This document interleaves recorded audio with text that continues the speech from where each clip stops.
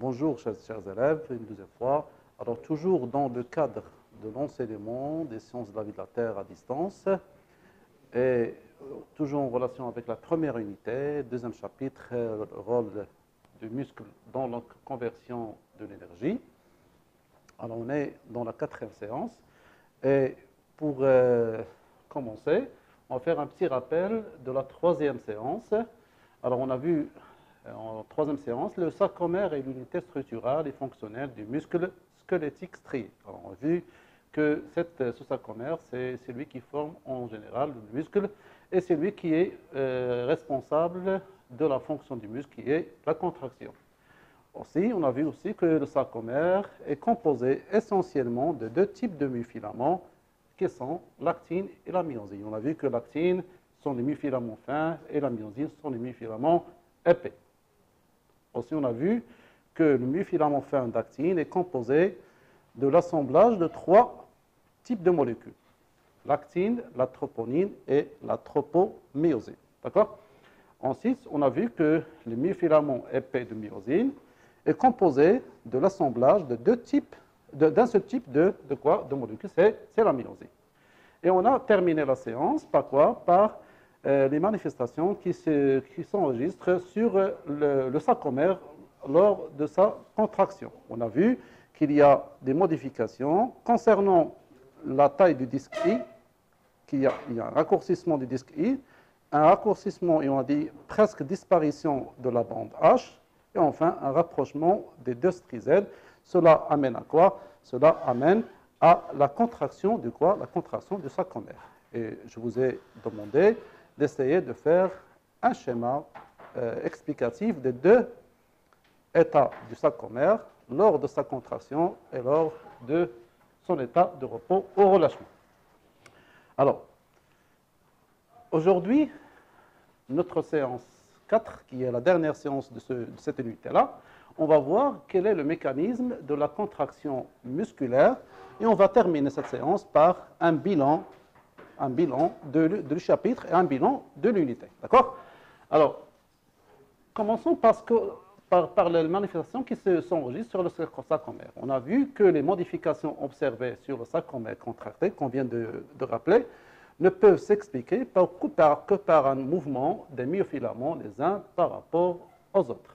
C'est ce que a proposé le biologiste Huxley dans son modèle.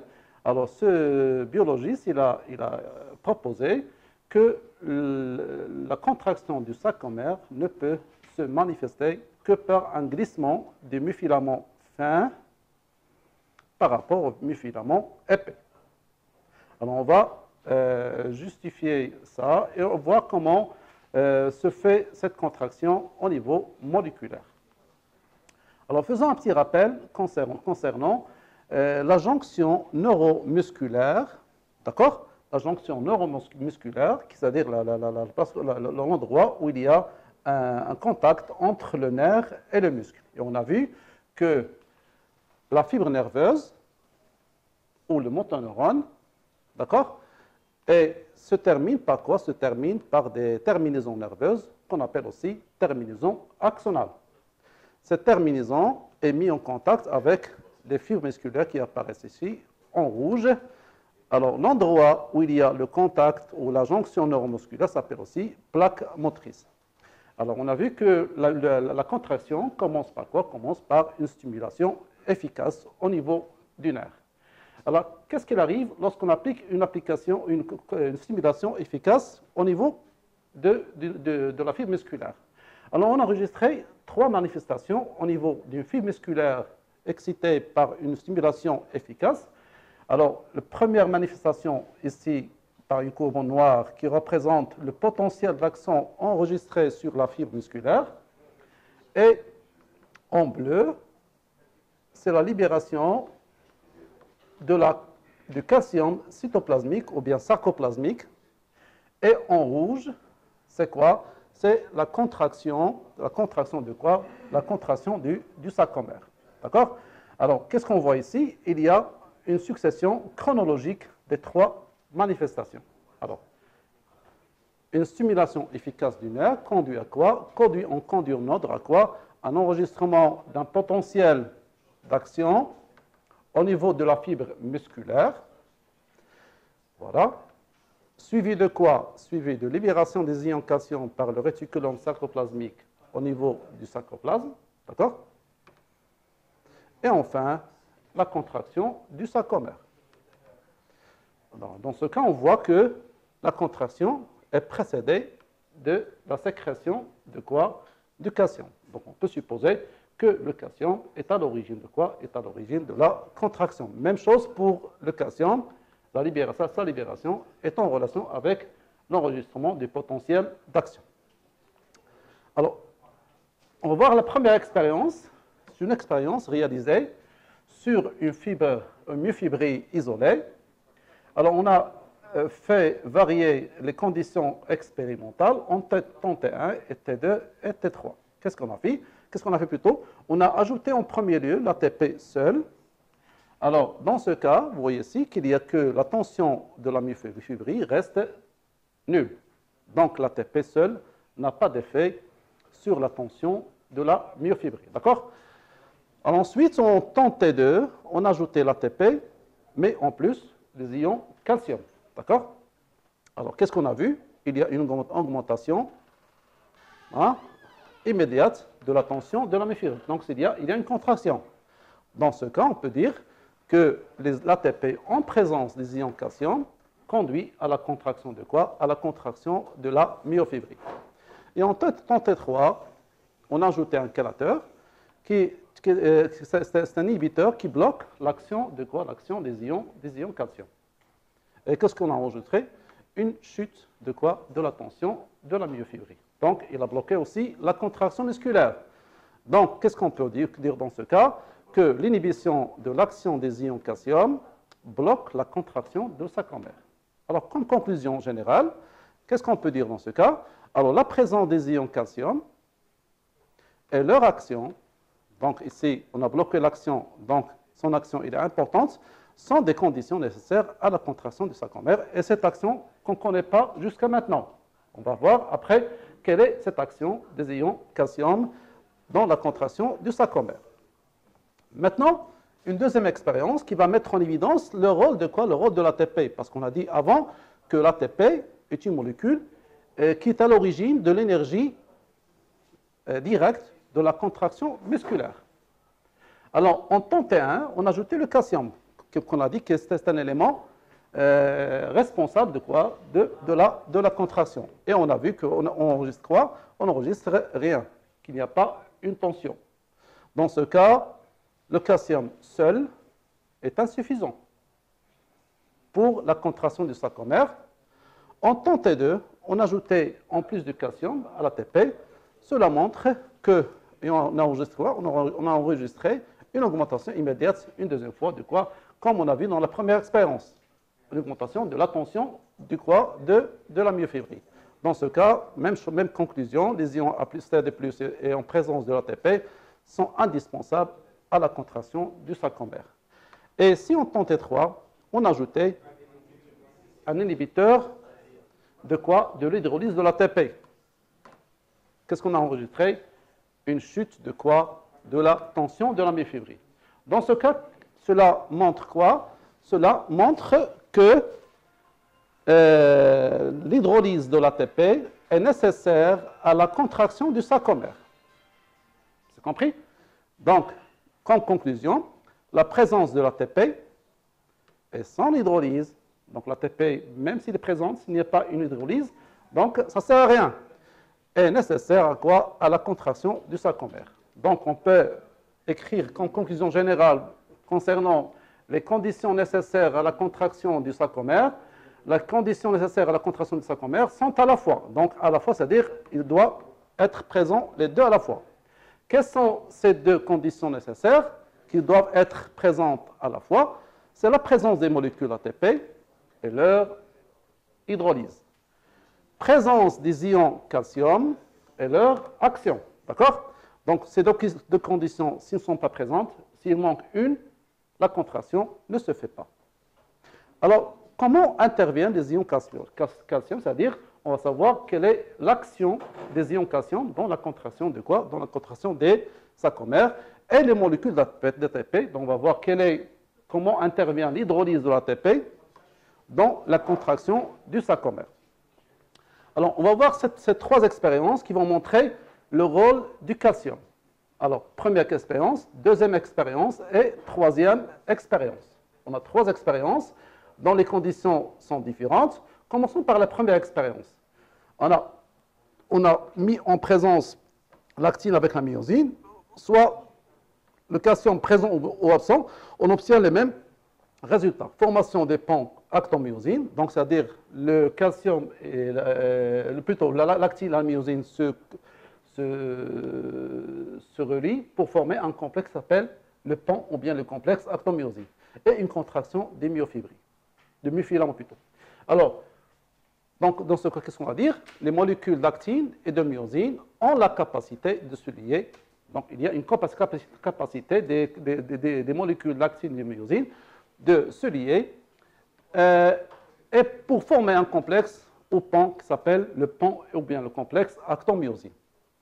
Alors, deuxième expérience, on a mis l'actine à la myosine et la tropomyosine. Donc, on a mis tous les constituants du sarcomère en présence de l'ATP. Qu'est-ce qu'on a obtenu? Formation des ponts actin-myosine et contraction des myofilaments. Donc, s'il y a formation du complexe actin-myosine, il y a contraction des myofilaments. Donc, qu'est-ce qu'on peut conclure ici? Que la formation des ponts actin-myosine est nécessaire à la contraction. Donc, s'il n'y a pas formation de ce pont, il n'y aura pas contraction du sarcomère. Troisième expérience, qu'est-ce qu'on a fait ici? On a fait, si vous voyez la différence entre la deuxième et la troisième, les mêmes conditions à l'exception de quoi? Des ions calcium. On a ajouté ici des ions de calcium dont on veut savoir son action. Alors, en présence des ions calcium,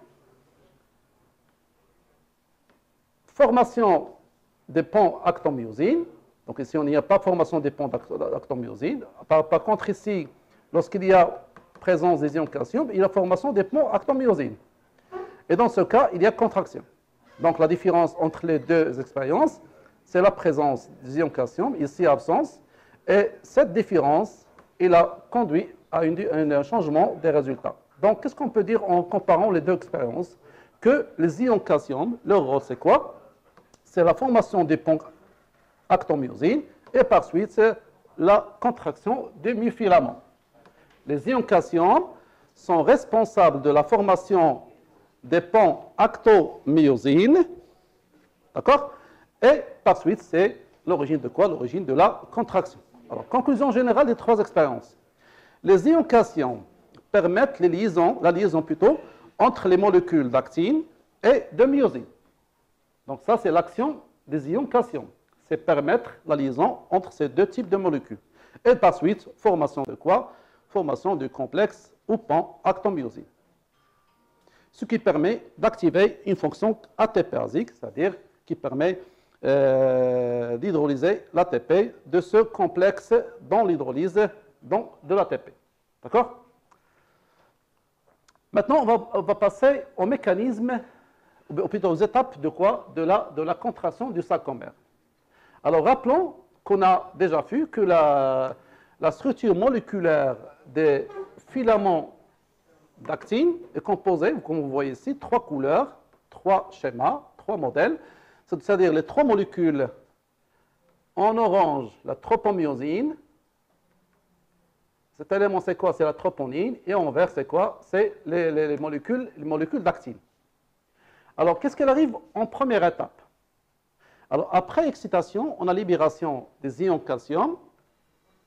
Ces ions calcium, ils ont un site de fixation au niveau de la troponine, ce qui permet d'influencer la position de ces deuxième type de molécules qui sont la tropomyosine, et la configuration moléculaire change, ce qui permet de libérer certains sites qui sont signalés ici en vert foncé, qui sont les sites de fixation, comme on a vu dans la troisième séance, qu'il y a des sites où se fixent les têtes de quoi? Les têtes de myosine. Donc, il y a libération de ces sites. Donc, dans ce cas, les têtes de myosine sont face à face avec quoi? Avec ces sites de fixation. Donc, fixation des ions calcium sur leur site de fixation, sur la troponine, libération des sites de fixation des têtes de myosine sur l'actine. Donc, les sites sont libérés. Alors, ça vient la deuxième étape. Alors, qu'est-ce qui arrive en deuxième étape? La deuxième étape, vous voyez ici que les têtes de myosine, alors par rapport à l'étape précédente, ici, ils ne sont pas fixés parce que les sites sont cachés. Une fois le calcium fixé, ces sites sont libérés et par suite, les têtes de myosine peuvent se fixer sur les molécules d'actine et dans ce cas, on a formation de ce qu'on appelle un complexe actomyosine. D'accord? Donc, la formation de complexe actomyosine, vous voyez ici que les têtes de myosine, comme on a vu avant, il y a un deuxième site où il est fixé la molécule d'ATP. Alors, dans ce cas, la fonction ATP-asique du complexe permet de libérer les deux molécules d'ADP et PI. Et dans ce cas, l'énergie de l'ATP va être convertie en quoi? En mouvement de quoi? En mouvement des têtes de myosine qui se manifeste par quoi? Par un pivotement de ces têtes vers quoi? Vers le centre de sarcomère, parce que ici c'est le centre de sarcomère. Et puisque les têtes sont fixées sur les molécules d'actine, en pivotant vers le centre, ça conduit à quoi? Ça conduit à un mouvement total des filaments d'actine vers ce sens-là, c'est-à-dire vers le centre de sarcomère qui est la zone H. D'accord? Alors, libération de l'ADP et PI et pivotement des têtes de myosine vers le centre de sarcomère. Alors ici, il y a la conversion d'énergie dont on parle, qui est le rôle des muscles squelettiques dans la conversion d'énergie. On a ici une conversion d'énergie contenue dans la molécule ATP en énergie mécanique qui est le mouvement de quoi? Le mouvement des têtes de myosine. Alors, glissement des filaments d'actine par rapport aux filaments de myosine. Alors, vous voyez ici le modèle proposé par Huxley. Ça s'explique par ce mécanisme de pivotement des têtes de myosine qui permet un glissement de ces filaments par rapport aux filaments de myosine. Alors, dernière étape, plutôt, avant de passer à la dernière étape, alors cela, ça conduit à quoi? Alors, une fois il y a glissement des filaments d'actine par rapport aux filaments de myosine, donc il y a les trois changements qu'on a enregistrés sur le sarcomère après sa contraction, c'est-à-dire la bande I va se rétrécir, aussi la bande H et les deux stries Z vont se rapprocher. Et dans ce cas, quel est le résultat? C'est la contraction du sarcomère. Alors, dernière étape, pour revenir à l'état initial, pour que le muscle ou le sarcomère soit prêt pour une nouvelle contraction, il doit revenir à son état initial. Et pour revenir à son état initial, il doit faire revenir sa molécule ATP qu'il a perdue, c'est-à-dire l'ATP, fixation de l'ATP sur les têtes de myosine. Vous voyez ici? Alors, cette fixation, ça permet quoi? Ça permet la rupture du complexe actomyosine. Donc, dans ce cas, le complexe, il n'est plus. Et dans ce cas, la tête de myosine revient à son état initial après dissociation de l'ATP en ADP plus PI. Donc, fixation d'une nouvelle molécule ATP sur les têtes de myosine, dissociation du complexe actomyosine et repompage des ions calcium, parce que les ions calcium doivent revenir à leur origine, c'est-à-dire le sarcoplasme, et ce repompage, c'est un phénomène actif, donc il y a une consommation d'ATP, et voilà un autre domaine d'utilisation des molécules ATP dans la fibre musculaire. Le résultat, c'est quoi? C'est le relâchement du sarcomère. Alors, on a ici un schéma général du cycle de la contraction musculaire. Alors, vous voyez ici que sans cation, c'est-à-dire sans excitation, on est au repos. S'il y a le calcium, le cycle va se faire et contraction, ensuite relâchement. Alors ici, lorsqu'il y a contraction, vous voyez ici, pour que le sarcomère revienne à son état initial, on a besoin d'ATP. En absence d'ATP, dans le cas par exemple de la mort, alors le sarcomère reste dans cet état-là.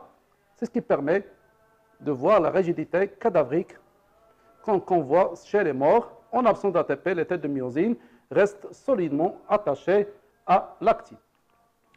Alors, on a ici des schémas généraux de ces deux étapes, de contraction et le relâchement.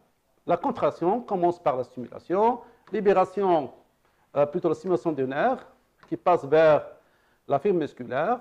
Les tubules en T permettent de transmettre cet influx nerveux ou le potentiel d'action enregistré ici vers le sarcomère. Libération, plutôt le réticulum sarcoplasmique, libération des cations dans le sarcoplasme, et ensuite fixation, et le cycle commence pour arriver à quoi? Pour arriver enfin à la contraction du muscle. Alors, une fois il y a repompage et libération des têtes de myosine, on a le relâchement. Donc, les ions calcium reviennent au calcium par une réabsorption ou bien repompage actif, donc consommation d'ATP, libération, dissociation du complexe, et la fibre musculaire peut se relâcher, et par suite, le muscle qui contient ces fibres est relâché. Alors maintenant, on va parler d'un autre sujet, c'est-à-dire l'ATP. Puisque l'ATP est nécessaire à la contraction, d'où vient ces molécules? Alors, ils sont consommés, on doit les régénérer. La régénération de ces molécules se fait, comme on voit ici sur ce graphe-là. Alors, vous voyez qu'il y a trois couleurs qui représentent trois mécanismes métaboliques qui permettent la régénération de l'ATP. Alors, on a ici, le premier, vous voyez, le premier pic est enregistré en violet. Le violet représente quoi? Les voies anaérobiques, ou bien les voies anaérobiques de phosphocréatine. Donc, la première voie qui permet la régénération rapidement, donc c'est une voie rapide, c'est une voie qui utilise la phosphocréatine. Vient après le deuxième pic enregistré ici, c'est en bleu, c'est quoi? C'est le métabolisme anaérobie lactique, c'est-à-dire la fermentation lactique. Donc, c'est une voie ni rapide, ni lente, ni lente plutôt. Et enfin, le dernier pic est enregistré par cette courbe en vert qui représente le métabolisme aérobie, c'est-à-dire la respiration.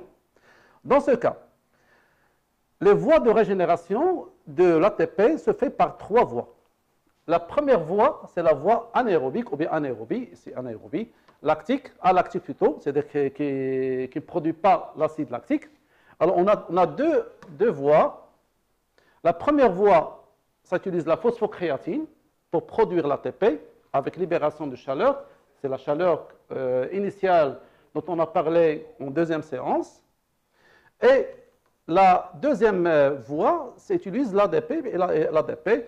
Donc, on a une phosphorylation d'une ADP à partir d'une autre molécule ATP pour avoir régénération de quoi? Régénération de l'ATP. Donc, la première et la deuxième, les deux représentent des voies anaérobies lactiques rapides, parce que ça permet de régénérer l'ATP dans un temps rapide. Alors, deuxième voie, c'est la voie anaérobie lactique. Donc, il y a production de l'acide lactique, c'est la fermentation lactique.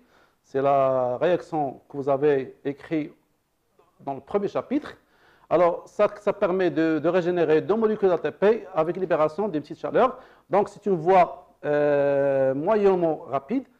Et la dernière voie, c'est la voie aérobie, c'est la respiration qui permet de produire une grande quantité d'énergie, 38 molécules d'ATP avec libération de chaleur. C'est la chaleur qu'on a citée, c'est la chaleur retardée. Alors, on termine cette séance par un bilan du chapitre et de l'unité. Alors, le bilan, c'est l'utilisation de l'ATP à différentes voies de sa régénération au niveau de la fibre musculaire. D'accord? Alors, dans le schéma ici, vous voyez que au niveau de la fibre musculaire, on peut passer de l'état contracté à l'état relâché, d'accord? Par consommation de quoi? Consommation de l'ATP. Alors, cet ATP consommé est peut-être régénéré par trois voies. D'accord? Alors, on a ici l'ATP qui est une énergie chimique, va être converti en énergie mécanique qui est la contraction de quoi? La contraction du sarcomère. L'ATP est régénéré par trois voies qui sont colorées en trois couleurs. Le bleu, c'est pour la voie rapide, alactique. Et en jaune, c'est la voie anaérobique, lactique. Et en orange, c'est la voie aérobie, c'est la respiration. Donc, la régénération de l'ATP, vous voyez ici, ATP, ATP, ATP, les différentes voies de l'ATP, donc, ils sont tous utilisés par le sarcomère lors de sa contraction. Alors, ça, c'est pour le bilan du chapitre 2. Alors, terminons cette séance par le bilan de quoi? De l'unité. Alors, cette unité, on a parlé de la production que la matière organique qui circule dans le sang, d'accord, qui circulent dans le sang, ce qui sont les glucides, les lipides et les protéines, sont amenés jusqu'à la cellule. Et on a pris comme exemple de métabolites énergétiques les glucides, et précisément le glucose. Alors, ce sont tous des métabolites énergétiques, mais on a pris l'exemple des glucides comme métabolites en excellence pour l'organisme. Alors, une fois à l'intérieur, alors ces métabolites sont dégradés, soit par la voie de respiration, soit par la voie de fermentation. Alors, ces deux voies permettent de produire l'ATP. D'accord? Alors, cet ATP, au niveau du muscle, alors ça c'est pour le deuxième chapitre, ça c'est pour le premier chapitre. En deuxième chapitre, on a vu que l'ATP, est utilisé par les activités cellulaires et parmi eux, le muscle.